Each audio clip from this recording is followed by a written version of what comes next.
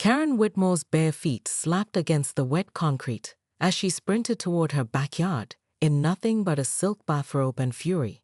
The motion sensor lights blazed like a prison yard, illuminating 3 figures in navy blazers standing around her pristine infinity pool, their flashlights cutting through the darkness like accusations. "Ma'am, step away from the water feature," barked Gerald Morrison, HOA president and Karen's sworn enemy since the great mailbox controversy of 2023. "Water feature?" Karen's voice cracked with indignation. "That's a $17,000 pool, you absolute walnut." The other board members, mousy Janet Chen clutching her clipboard like a shield, and newcomer Brad Stevenson, looking like he'd rather be anywhere else, shifted uncomfortably. Gerald, however, stood his ground, his chest puffed out beneath his official Pine Grove Estates property management windbreaker. "This unauthorized installation violates 7, no 8, separate HOA regulations," Gerald announced, consulting his phone's flashlight app. "Section 4.2, no permanent structures without written approval. Section 6.1, no landscaping modifications exceeding 50 square feet. Section 12.3, "Oh, stuff it, Gerald." Karen stepped closer, her wet hair whipping around her face. "I've lived here for 12 years. I pay my dues. I follow your ridiculous rules about grass height and holiday decorations. But I will not," she jabbed a manicured finger at his chest, "let you terrorize me in my own backyard at midnight, like some kind of suburban Gestapo." The silence stretched between them, broken only by the pool's gentle filtration system humming in the background. Janet scribbled frantically on her clipboard. Brad cleared his throat.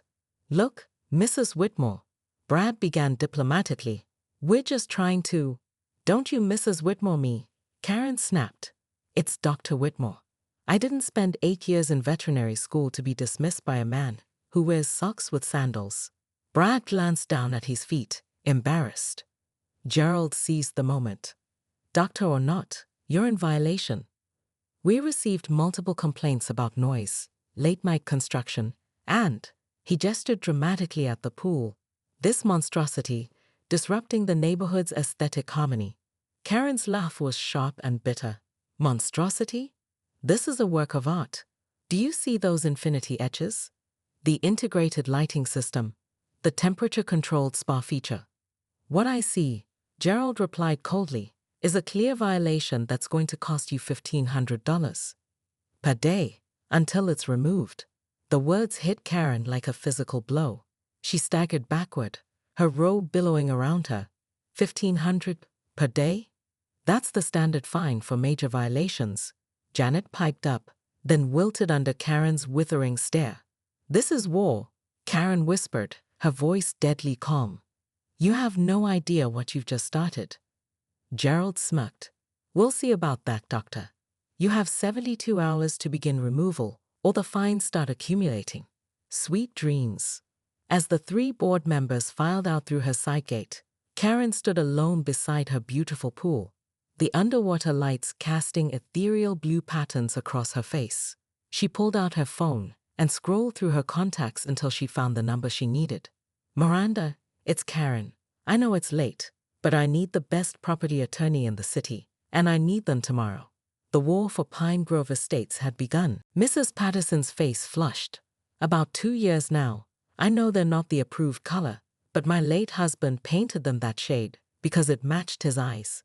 I couldn't bear to change them." "Has the HOA ever mentioned them?" "Well, no. But I figured they just hadn't noticed." Karen pulled out her phone again. "Mind if I take a photo?"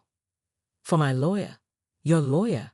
"Mrs. Patterson, Gerald Morrison, fined me $1,500 a day for my pool, but he's never said a word about your shutters. Don't you think that's a little unfair?" That evening, Karen's living room looked like a campaign headquarters. Beth Henderson sat on the couch, nervously twisting her hands. Mrs. Patterson occupied the armchair, her back ramrod straight with newfound determination. 3 other neighbors had joined them. The Johnsons with their oversized RV, the Kramers whose fence exceeded the height limit by 6 inches, and surprisingly, Brad Stevenson. "I can't believe I'm here," Brad muttered, running his hands through his hair. If Gerald finds out I'm talking to you, Gerald Morrison is a bully, Mrs. Patterson declared with surprising vehemence. And bullies only understand one thing, being stood up to. Miranda stood at the front of the room, legal documents spread across Karen's coffee table. Here's what we're going to do.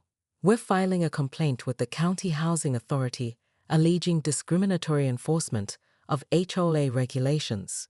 We have documentation of at least 6 violations that have gone unaddressed while Dr. Whitmore's pool, which, by the way, was installed by licensed contractors and meets all county safety codes, has been targeted for punitive fines. What's the risk? Beth asked quietly.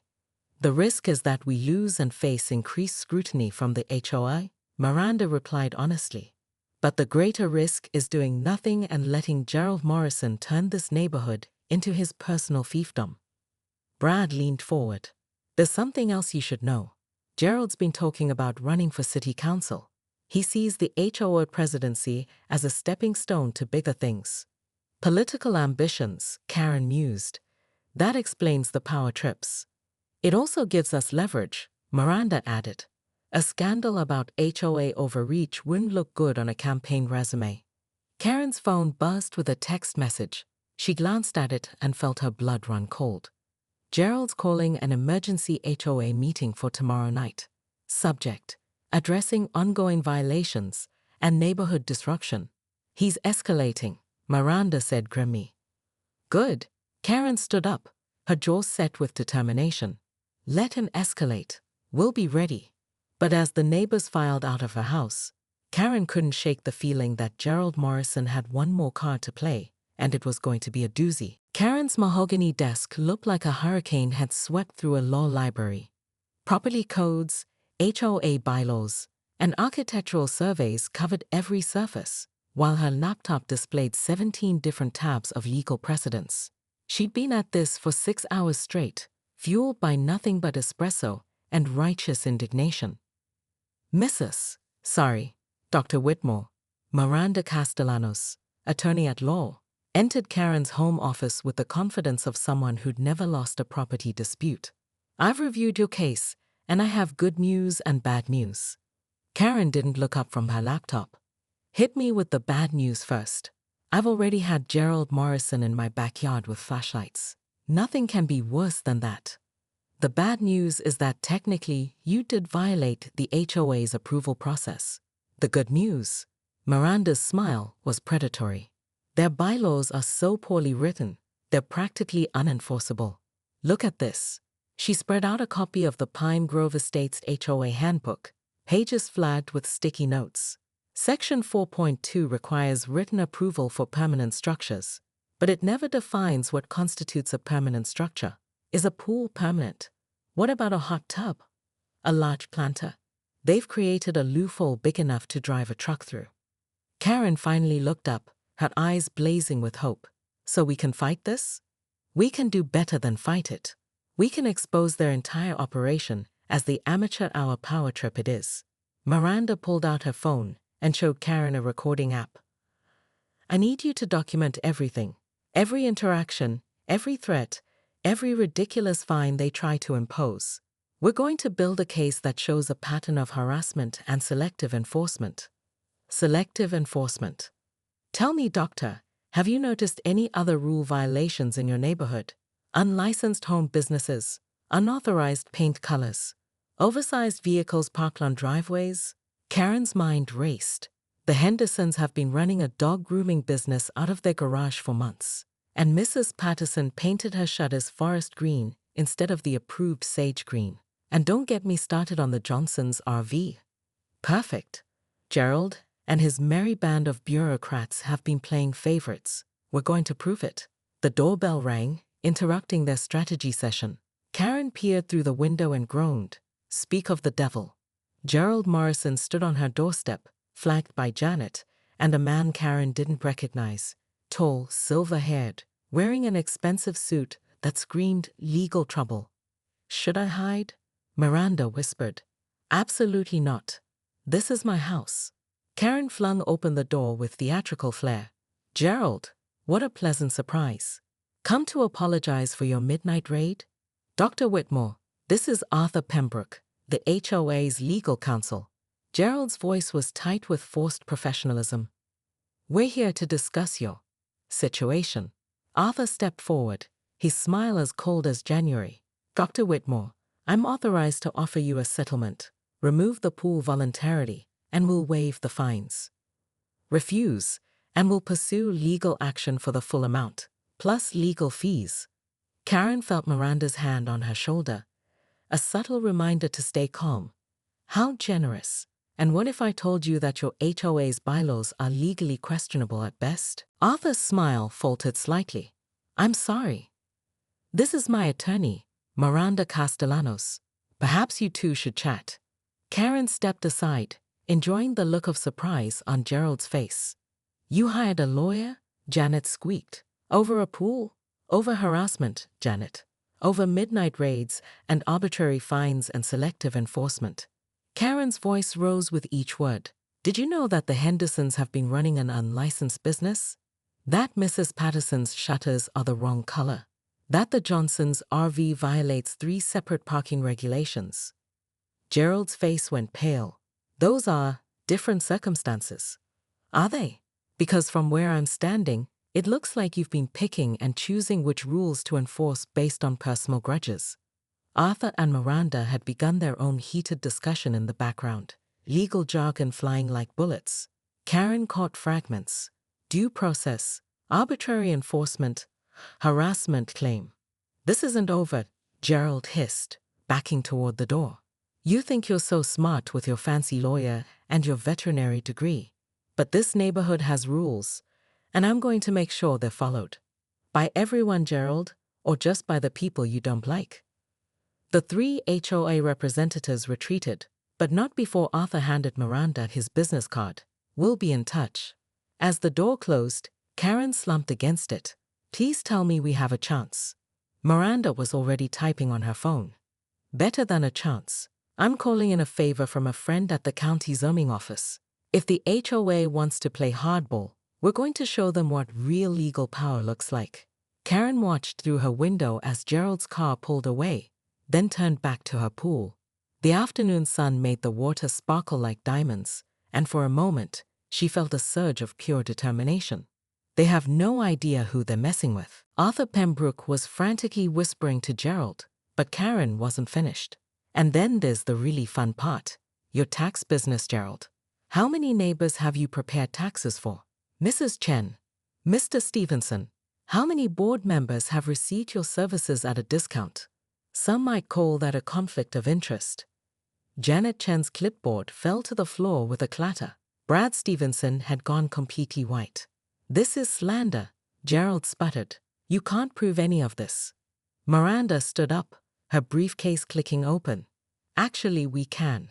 Public records are wonderful things, Mr. Morrison. Building permits, business licenses, tax filings, all matters of public record.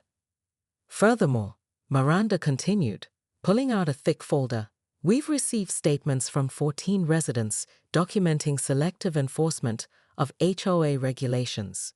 We've also obtained records showing that board members have received preferential treatment regarding their own violations. Mrs. Patterson stood up, her voice shaking but determined.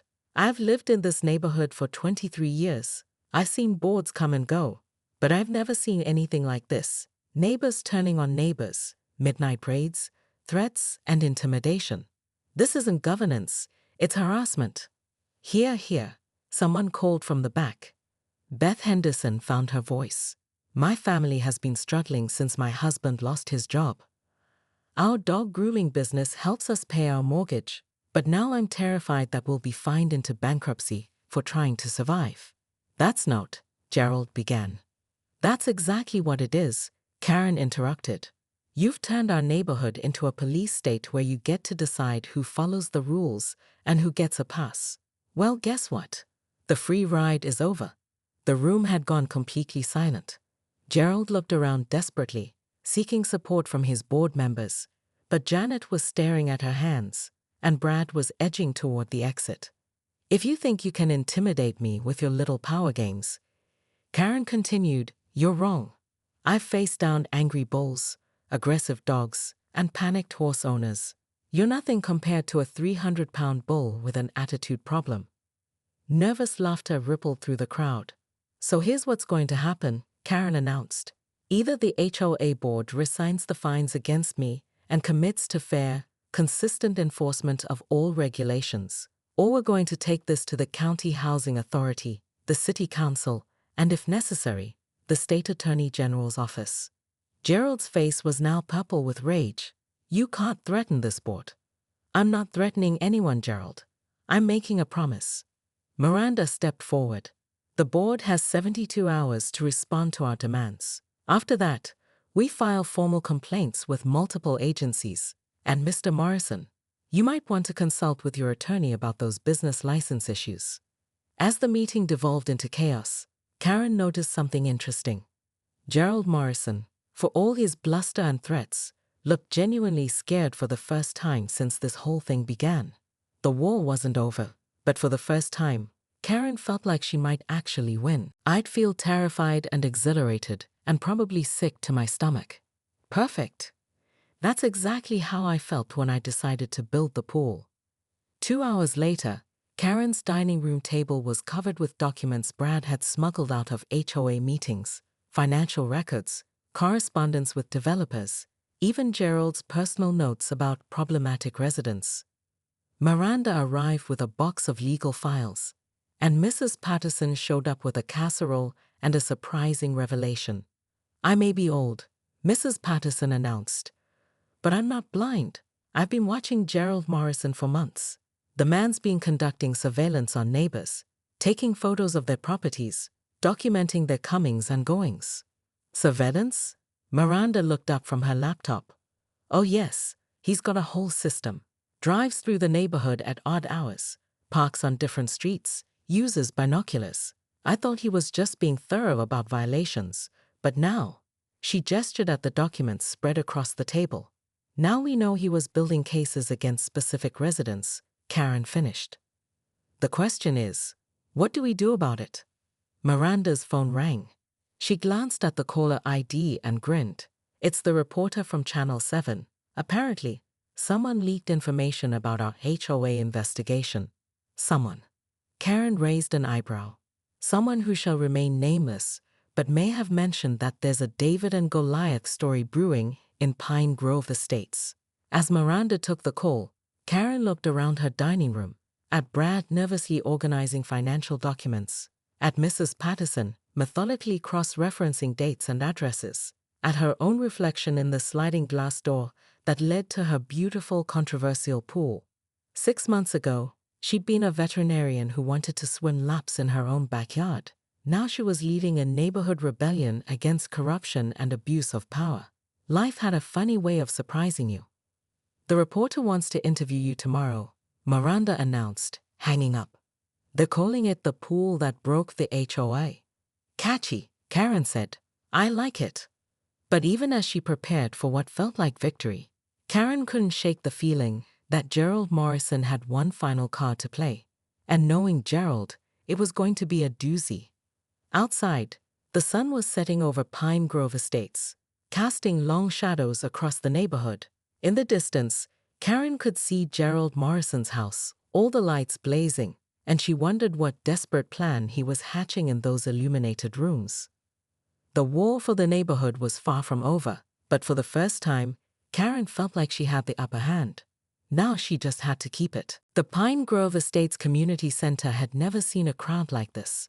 Every folding chair was occupied, with neighbors standing along the walls and spilling into the hallway. Karen arrived fashionably late, Miranda at her side, making sure everyone noticed their entrance. Gerald Morrison stood at the front podium, his face flushed with the excitement of a man who believed he held all the cards. Janet Chen sat at the board table, her clipboard thick with documentation, while Arthur Pembroke, the HOA's attorney, whispered last-minute instructions in Gerald's ear. "Ladies and gentlemen," Gerald began, his voice carrying the authority of someone who'd practiced this speech in the mirror. "We're here tonight to address a serious threat to our community's standards and values."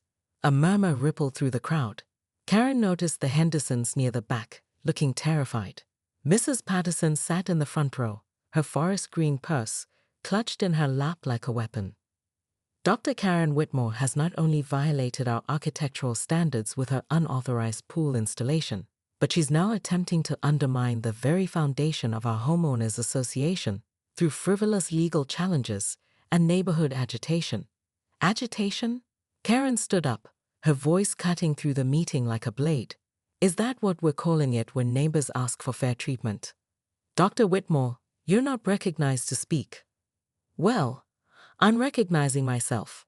Karen stepped into the center aisle, every eye in the room on her. Since this meeting is apparently about me, I figure I should have a say. Gerald's composure cracked slightly. This is highly irregular. You know what's irregular, Gerald? Midnight raids on private property. Arbitrary fines. Selective enforcement of rules that you ignore when it's convenient. Karen pulled out her phone and held it up. I've been documenting everything. The Hendersons' dog grooming business that you've known about for months. Mrs. Patterson's shutters that don't match the approved color palette. The Johnsons' RV that violates 3 parking regulations. The Kramer's fence that exceeds height limits. The room erupted in nervous chatter. Gerald banged his gavel frantically. Order, order. But here's the really interesting part, Karen continued, her voice rising above the noise. I did some research on our fearless leader. Tell me, Gerald, when did you get approval from the HOA for your home office renovation? You know, the one where you run your tax preparation business. Gerald's face went pale. That's completely different. Is it?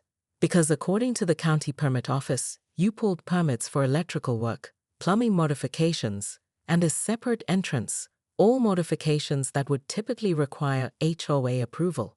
But I don't see any applications in the HOA records. 3 days later, Karen was floating on an inflatable unicorn in her controversial pool, sipping a margarita and pretending to read a veterinary journal when her doorbell rang.